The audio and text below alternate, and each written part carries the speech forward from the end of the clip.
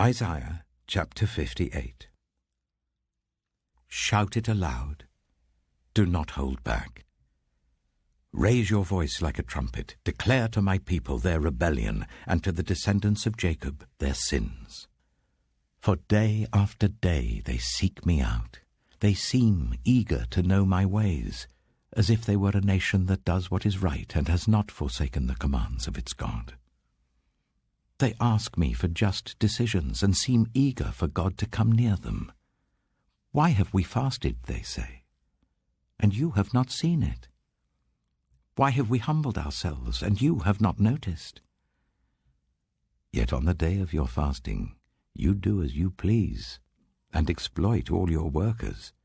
Your fasting ends in quarreling and strife, and in striking each other with wicked fists.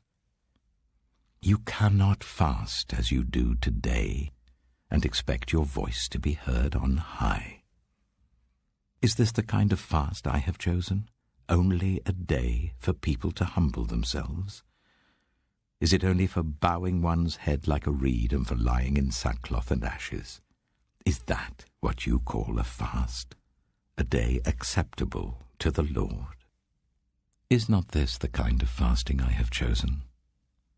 To loose the chains of injustice and untie the cords of the yoke, to set the oppressed free and break every yoke? Is it not to share your food with the hungry and to provide the poor wanderer with shelter?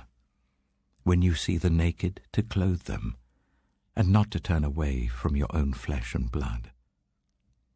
Then your light will break forth like the dawn, and your healing will quickly appear. Then your righteousness will go before you, and the glory of the Lord will be your rear guard.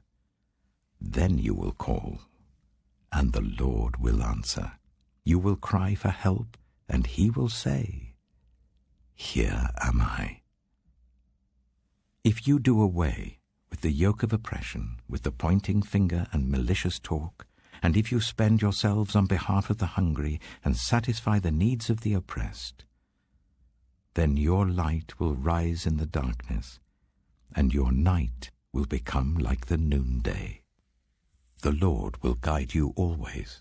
He will satisfy your needs in a sun-scorched land, and will strengthen your frame.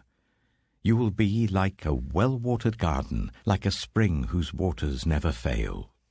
Your people will rebuild the ancient ruins, and will raise up the age-old foundations.